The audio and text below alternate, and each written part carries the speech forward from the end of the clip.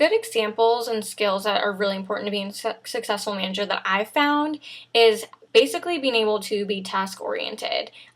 Every single day I have a checklist of tasks that need to be finished and done to perfection. And I also have ones that over a period of time need to be done as well.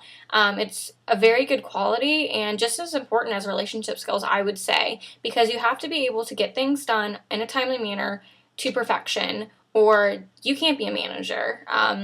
There's things I'm faced with every day that if I'm doing one thing and I'm asked to do another, I do it. You have to be able to multitask, and I think that's huge. Relationship skill wise is you have to have very important relationships with your clients, whether they be tenants, customers, anything like that.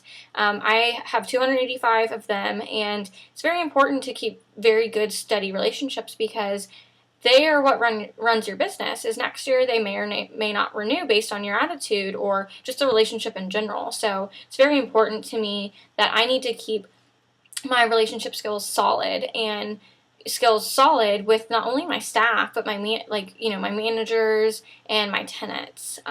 It's nice because a big example is we get customer survey satisfacts every semester, and tenants go on there, they comment, they or ask questions about the staff and what they can do to be better, and it's nice to see when you're recognized. I've been on there a couple of times, but yes, some things were a learning experience, but then others were they were very happy with my customer service, my ability just to have solid relationships with them, to call on them, to check on them, anything that they needed, I would do. So I think they're both equally important to make sure your tasks are done and to relationships to be solid because that basically is what runs your company.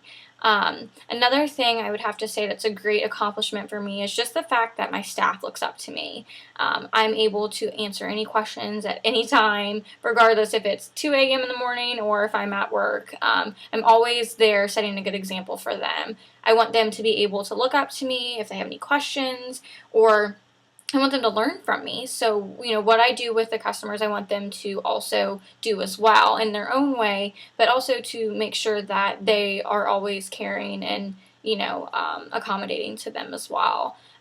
The worst boss that I would have to say that I've ever worked for was I was a TANA consultant when I was 19, and I saw that my manager, she was relatively younger, wasn't a very good role model. So I think that's why it's very important for me to be a great manager, because I saw her not be one.